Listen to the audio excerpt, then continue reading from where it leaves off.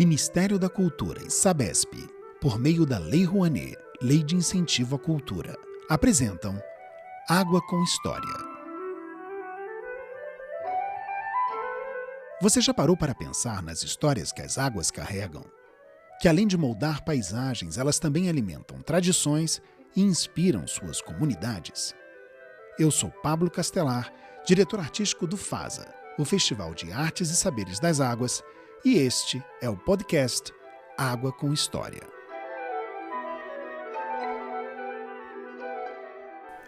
Existe um lugar onde rios e cachoeiras sussurram memórias ancestrais, e suas águas carregam histórias e tradições que moldam a identidade daqueles que delas vivem e se inspiram. No episódio de hoje, viajaremos a este local, chamado Campos do Jordão. No Parque Capivari, localizado no centro dessa cidade, apresentamos a Orquestra Sinfônica do Rio de Janeiro, que nos presenteou com um espetáculo singular. Composta por cerca de 20 músicos, entre sanfoneiros, vozes e percussões, e conduzida pelo maestro Marcelo Caldi, a orquestra tocou obras que celebram a força e a diversidade das águas brasileiras. Entre os destaques, tivemos Riacho do Navio, de Luiz Gonzaga e Zé Dantas, Súplica Cearense, de Gordurinha e Nelinho, e Tenho Sede, de Dominguinhos e Anastácia. Canções que levaram ao palco um diálogo harmonioso entre a sanfona do Nordeste e as belezas das águas da imponente Serra da Mantiqueira. Conversamos antes do espetáculo com o idealizador dessa orquestra, o sanfoneiro, compositor, pianista e arranjador Marcelo Caldi, um dos grandes nomes da música brasileira contemporânea. Marcelo se destaca por sua habilidade de transitar entre gêneros, revitalizando a sanfona e ampliando seus horizontes musicais. Filho de uma família profundamente enraizada na música, ele construiu uma carreira marcada por colaborações com ícones como Chico Buarque, Elza Soares e Amandu Costa, além de desenvolver um trabalho autoral que reflete a riqueza e a diversidade da cultura brasileira. Caldi nos falou sobre algumas das canções desse repertório, trazendo um pouco de suas reflexões e inspiração por trás deste programa preparado para o FASA. A gente trouxe 3 músicas que dialogam um pouco ali com o cancioneiro, especialmente o nordestino. Eu peguei uma música chamada Súplica Cearense, que é uma música que fala da falta de chuvas, né? E que, na verdade, quando a pessoa, o eu lírico da música, ele pede, né, para que chova desesperadamente, quando chove, chove demais. E aí ele enfrenta uma grande enchente. E isso é uma realidade também que a gente enfrenta, especialmente no Nordeste, né? Isso acontece bastante. Aliás, no Sudeste também acontece eventualmente. Mas é um lamento muito bonito, assim, ao estilo do lamento nordestino, né? Como a gente está acostumado assim, a ouvir nesse cancioneiro. Uma música que é do Gordurinha, que é um compositor baiano, mas que fala de uma história lá do Ceará.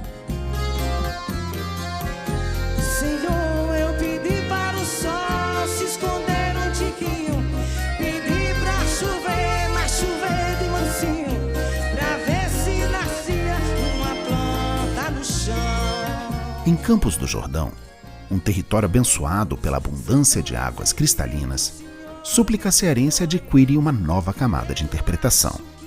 Ela nos convida a valorizar e proteger nossos recursos hídricos.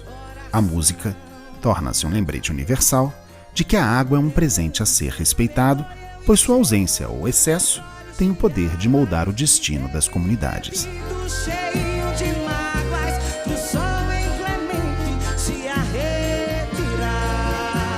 A gente escolheu também uma música que é uma parceria do Dominguinhos e da Anastácia, chamada Tenho Sede, que ela foi imortalizada pela voz do Gilberto Gil, mas as pessoas acham que é do Gil, mas não é do Gil, é do Dominguinhos com a Anastácia, que é a sua maior parceira.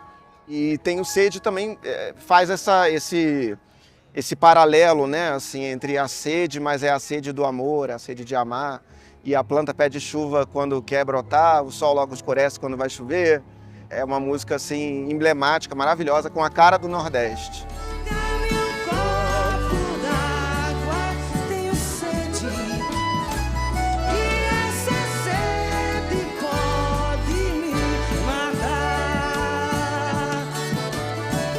Ao ser apresentada em Campos do Jordão, Tenho Sede cria uma ponte emocional mostrando que o desejo humano de florescer é um sentimento que atravessa territórios e culturas. A canção nos lembra que, assim como a água, a esperança e o amor são forças que revitalizam a existência. De chuva quando quer brotar. E a gente escolheu uma terceira música, que é o Riacho do Navio, que é uma música que foi imortalizada pelo Luiz Gonzaga, que é digamos assim, a raiz de todas essas sementes que vieram depois, né? De toda a música nordestina que vem depois deve ao Luiz Gonzaga. E a gente tem o Riacho do Navio, que é uma música que fala especificamente dos rios que vão correndo e o peixe que volta no curso do rio. É uma coisa maravilhosa, é uma música super emblemática, que tem até no balanço dela, tem uma coisa que lembra o rio, que lembra a coisa de você estar velejando ali, ou que você está numa canoa, de você estar pescando. E ele fala muito dessa vida do interior, né? Ah, se eu fosse um peixe, ao contrário do rio, nadava quantas águas e desse desafio saía lá do mar pro riacho do navio. Em Campos do Jordão, as águas das cachoeiras e riachos ressoam com o mesmo espírito de continuidade e renovação que Riacho do Navio celebra. A canção nos convida a imaginar o curso da água não apenas como uma força geográfica, mas como um fio condutor que conecta comunidades e alimenta tanto a terra quanto o espírito humano. Em Campos de Jordão, tivemos a oportunidade também de bater um papo com Marina Baldin, uma verdadeira guardiã das águas e educadora que desperta nos olhos das crianças e nos corações dos adultos o senso de pertencimento e a responsabilidade por esse patrimônio natural. Gestora ambiental, apaixonada pela Mantiqueira, Marina não apenas estuda as águas, mas a vive intensamente. Como idealizadora do documentário A Mantiqueira, o berço das águas jordanenses, e coordenadora do projeto Caminho das Águas para a Sustentabilidade, ela conecta comunidades ao poder transformador da educação ambiental. Seu trabalho une ciência, arte e pensamento, revelando que cada nascente carrega uma história que ultrapassa fronteiras. Aqui em Campos do Jordão, né, a gente tem diversas fontes, então tem uma relação muito forte com as águas e também uma relação muito forte com a cura, principalmente através das águas, né? Aqui no caso da fonte da Nossa Senhora das Graças, a gente tem vários agradecimentos relacionados a diversas curas, né, a diversas buscas que as pessoas alcançaram e vêm até hoje atrás dessas águas para conseguir milagres, pedidos. E a gente tem alguma lenda, alguma história que se relaciona com as fontes aqui de Campos do Jordão? A gente tem uma lenda muito interessante que são relacionadas às fontes de água mineral da Minalba, né, a fonte Marisa. E lá conta-se, né, que antigamente um cara zombou porque eles falaram que viam a santa nessa bica d'água, né, nessa fonte da Minalba. E ele não acreditava. Aí um dia ele estava lá sozinho, andando com seu cavalo, e de repente a santa ela emergiu da fonte, e aí ele começou a dar risada, a caçoar disso, e diz que ele foi engolido pelas águas e nunca mais foi visto, ele e seu cavalo. Marina, em toda a cidade de Campos do Jordão a gente vê muitos córregos de água, né? Muitos caminhos das águas, como a gente está vendo aqui. O que você poderia falar para a gente sobre esse caminho das águas? O caminho das águas aqui de Campos do Jordão é muito significante, né? Primeiro que Campos do Jordão é a cidade mais alta do Brasil, né? Então a gente tem as águas que nascem aqui, a gente não recebe água de outras cidades, né? Então a gente tem as principais bacias nossas, que é a bacia do Sapucaí-Iguaçu e a bacia do Sapucaí-Mirim, né? Então esses dois rios principais, eles nascem aqui em Campos do Jordão, vão descer rumo a Minas Gerais, né? Na altura de Pouso Alegre, esses dois rios, eles se encontram e ali formam o rio Sapucaí. Esse rio Sapucaí, ele vai percorrer uns 250 quilômetros até Capitólio e desaguar no Rio Grande. A partir do Rio Grande, né, esse caminho das águas, eles vão contornar ali Minas Gerais e descer sentido Paraná. Né? Essas águas elas vão desaguar, né, no maior estuário do mundo, né, que é o estuário da Bacia do Prata, ali entre a Argentina e o Uruguai. Né? Esse estuário, para você ter uma noção, ele tem 257 quilômetros de extensão, então ele é o maior do mundo, onde as nossas águas percorrem aproximadamente uns 6.600 quilômetros até desaguar lá. Então, a nascente do Rio da Prata é aqui, em Campos do Jordão? Nós temos uma das nascentes, sim. A gente tinha uma história que a nascente da Bacia do Prata mais alta era aqui em Campos, né? Na verdade, é uma das mais altas, né? Então, a gente tem várias cidades que tem e uma das bem importantes é Campos do Jordão. E ela fica onde aqui? Olha, a gente tem a mais significativa que fica dentro do condomínio Umuarama, né? Ela chega a quase 2.000 metros de altitude, que tem esse marco histórico aí nessa nascente. Campos do Jordão não é apenas um refúgio de montanhas e trilhas encantadoras, mas também o berço de incontáveis nascentes que sustentam vidas e contam histórias de um ciclo que conecta montanhas à imensidão do Rio da Prata. É aqui, na obra social Santa Clara e sua nascente modelo, que Marta Marina Gomes desenvolve seu trabalho com as crianças da região, conectando-as ao ciclo hidrológico de forma prática e vivencial. É neste ambiente, cercado pela natureza preservada, que ela transforma o aprendizado em uma experiência enriquecedora e inesquecível, revelando a magia oculta das águas que brotam das entranhas dessa terra. A gente descobriu que dentro dessa área, pelo fato dela ser preservada, se encontram em torno de 3, 4 nascentes. Então a gente procurou a de mais fácil acesso para poder trazer as crianças aqui, porque é diferente o que a gente ensina em sala de aula e ter aqui na prática, né? A gente consegue explicar para eles todo o ciclo hidrológico, né, na sala de aula, e a importância da preservação das matas ciliares, e aqui eles conseguem ter um laboratório a céu aberto, onde eles conseguem observar a natureza e de fato ver de onde chega a água, de onde sai a água. Porque é muito comum a gente perguntar de onde vem a água da sua casa, e muitas crianças não sabem responder para a gente, ou fala, tia, vem da torneira. É curioso quando a gente caminha aqui, parece que é um tapete, né? A terra é molinha, fofinha, mesmo antes da gente chegar, a grama ainda saindo da escola, é tudo... A terra tem alguma razão por isso? Sim, exatamente por conta disso. Se a gente for observar o ambiente onde a gente está, a gente vê que tem morro de um lado, morro do outro, e faz esse encontro de bacias, né? O que facilita esse percurso da água é onde ela brota, onde ela aflora, né? Nesse olho d'água, que é onde a gente fala para as crianças. Então traz esse encharco, que em algum momento essa água ela aumenta de quantidade e forma, né, esses canais que abastecem os rios aqui da nossa cidade. E de alguma forma vai chegar na casa dessas crianças através da torneira, que é o caminho comum que eles conhecem. É surreal ver nos olhos deles, eles falam, nossa, eu estou enxergando uma nascente, eu estou vendo de onde vem a água, então ela brota da terra, tia. Então acho que oportunizar isso para eles é muito enriquecedor e é muito importante também. Das trilhas da Mantiqueira, seguimos para as trilhas da criação humana. Se as águas em Campos do Jordão inspiram a educação, elas também provocam aqui o nascimento das artes. E é nessa correnteza criativa que encontramos artistas cujos olhares transformam o invisível em cor e textura. Entre tintas e pincéis, Gabriela Sanksmo encontra na fluidez da água um mundo de formas e nuances. Na oficina de ilustração que conduz, Gabriela guia mãos e olhares para capturar a essência das águas, suas curvas, movimentos e reflexos. Artista visual e educadora, ela acredita no poder transformador da arte, tanto para revelar a beleza oculta das águas, quanto para despertar a consciência ambiental em cada traço.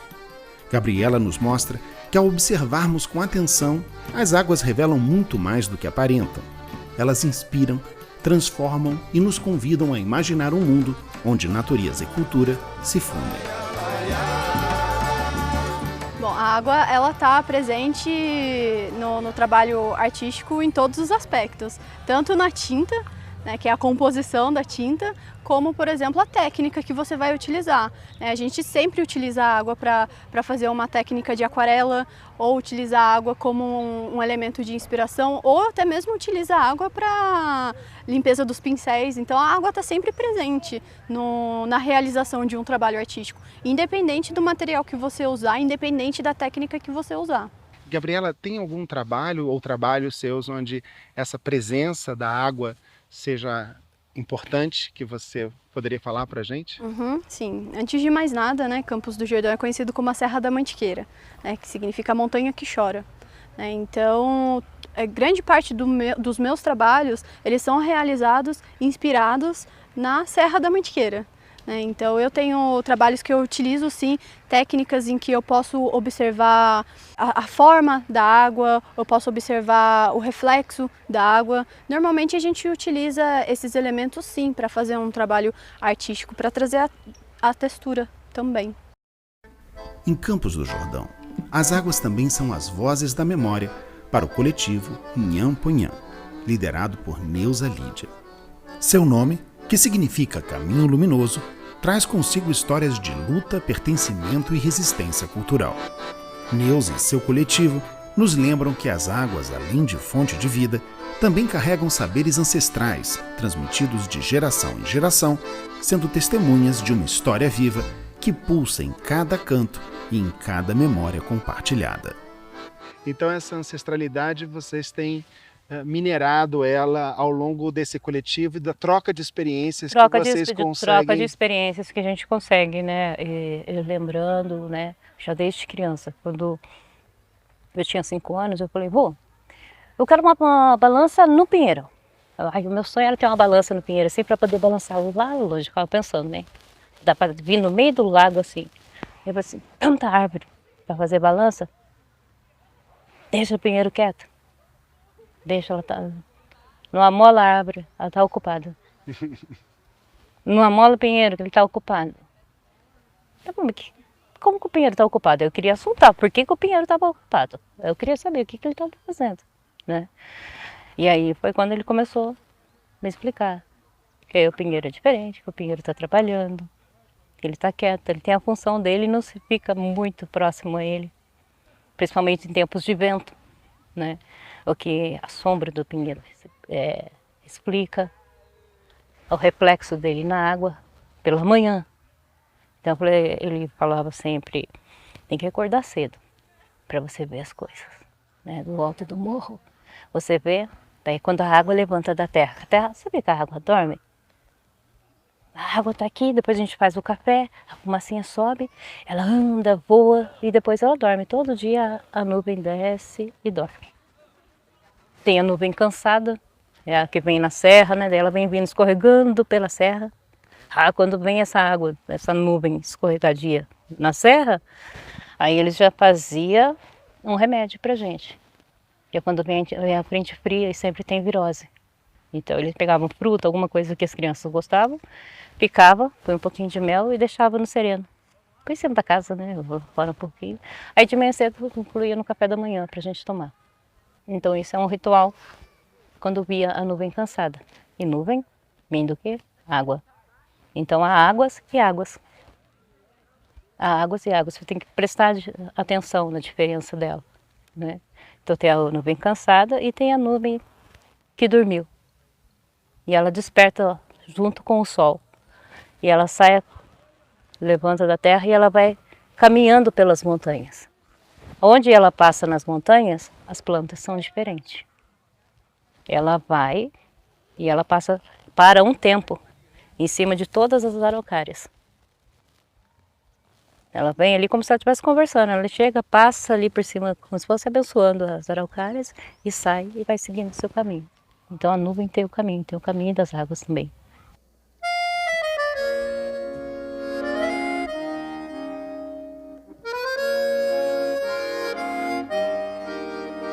A água é sagrada. Onde a água bate, nada mais igual. Se a água encontra com uma sujeira, ela limpa. Se ela ficar parada, estraga. Ela tem que estar em movimento. Então você vai tomar o pé, movimenta ele. Tira essa barra de água, ela sacudir você também. A água é vida. Neste episódio de Água com História dedicado a Campos do Jordão, vimos que a água é muito mais do que um recurso. Cada nascente é a promessa de um futuro repleto de esperança, onde conhecimento e preservação se entrelaçam para manter viva a memória de um povo.